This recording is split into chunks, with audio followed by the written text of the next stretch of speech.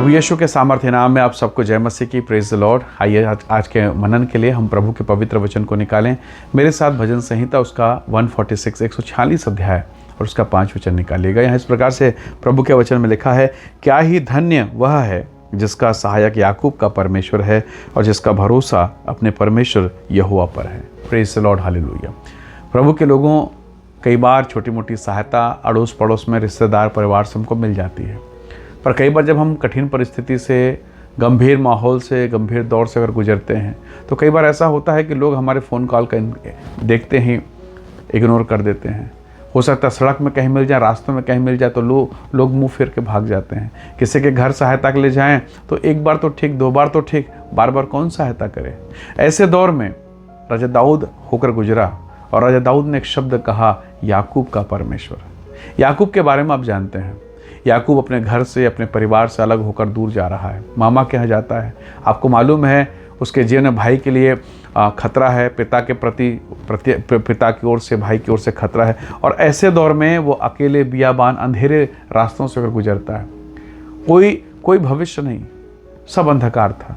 पर रात्रि के समय जब वो प्रार्थना के साथ सो रहा था तो ऐसा लिखा है, उस अंधेरे स्थान में, उस बियाबान में जब कोई नहीं था, परमेश्वर ने उसे दर्शन दिया, उसके लिए छुटकारे का प्रबंध किया, उससे बातें की।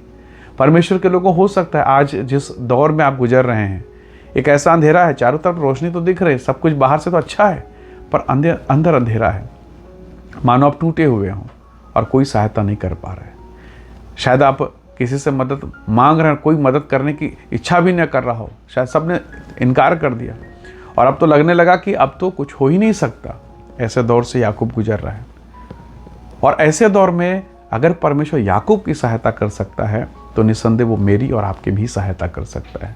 दाऊद कहता है, मैं अपनी आंखें पर्वतों की ओर लगाऊंगा, मुझे सहायता यहोवा की ओर से मिलती है। दाऊद के जीवन को देखिए, किस कदर वो टूटा है, किस कदर वो रोया है, और इसलिए अनुभव से कहता है कि टूटा मन परमेश्वर के लिए योग्य बलिदान है। एक बीमारी का इलाज करते करते शायद आप थक गए हों, रिश्तों को जोड़ते जोड़ते आप थक गए हों।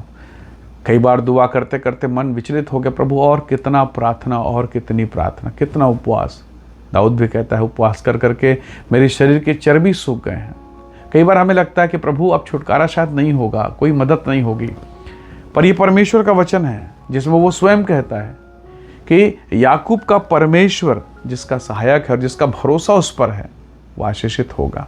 तो प्रभु के लोगों, निराशा के दौर में, पीड़ा के दौर में, जब हम लोगों से ठोकर खाते हैं, मनुष्यों से अपमानित होते हैं, ऐसे दौर में दाऊद कहता है, अपनी आंखें पर्वतों की ओर लगाऊंगा। कई बार हम निराशा होकर, सब काम तो चलते रहता है, पर निराश हो जाने के बाद प्रार्थना बंद हो जाता है। निराश होने के बाद हम उपवास बंद कर देते हैं। निराशा के दौर में हम परमेश्वर के वचन को पढ़ना बंद कर देते हैं, जबकि वहीं से छुटकारा होगा, वहीं से, और इसी वचन के द्वारा प्रभु आपके जीवन में काम करेगा। इसलिए परमेश्वर का जन होने के नाते मैं आपसे कह रहा हूँ, जब आप परमेश्वर की निकटता में रहें और निराशा घेरे तो डरना नहीं है, क्योंकि परमेश्वर ही है जो अंधियारे में कहता है उजियाला हो। और जब वो आप अंधेरे में रहेंगे तो वही प्रभु आपके लिए भी उजियाला को प्रकट करेगा, और ये अचानक होगा, अद्भुत रीति से, कल्पना से परे। और तब आपको समझ में आएगा कि वाकई में कितना महान परमेश्वर जिसके मैं आराधना करता हूँ। तो प्रभु के लोगों, हर एक दुर्बलता में, हर एक निर्बलता में, हर एक कठिन दशा में प्रभु के निकटता में बने रहिए।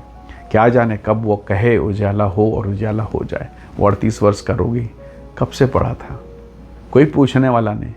यहाँ तक वो यीशु मसीह को रोते हुए कहता, प्रभु मेरे पास कोई नहीं, मेरी लाचारी को देखकर कोई भी नहीं जो वहाँ तक मुझे लेके जाए, कोई सहायता करने वाला नहीं। प्रभु ने कहा, क्या तू चंगा होना चाहता है? और उसने चंगा कर दिया।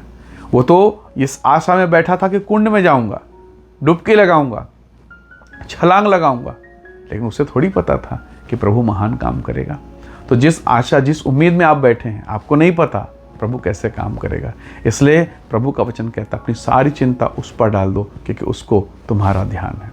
आइए आज के इस दिन में हम प्रभु से कहें, खुदावंद मैं अपनी सारी समस्याएं, सारी चिंताएं आपको देता हूँ, आपकी सहायता चाहता हूँ, आपकी मदद को चाहता हूँ। निसंदेह परमेश्वर का आत्मा सहायता करेगा। आइए दुआ करें। प्रेमी अनुग्रहकारी स्वर्गीय पिता, आपके प्रेम, दया, महान अनुग्रह के लिए आपका धन्यवाद।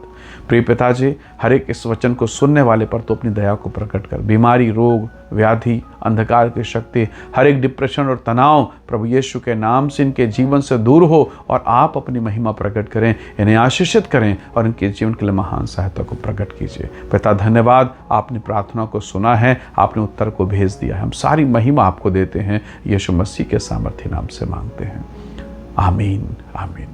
प्रभु आप सबको बहुत ऐसे आशीष दे। परमेश्वर का अनुग्रह आप सबके साथ हो। Praise the Lord. जय मसीह।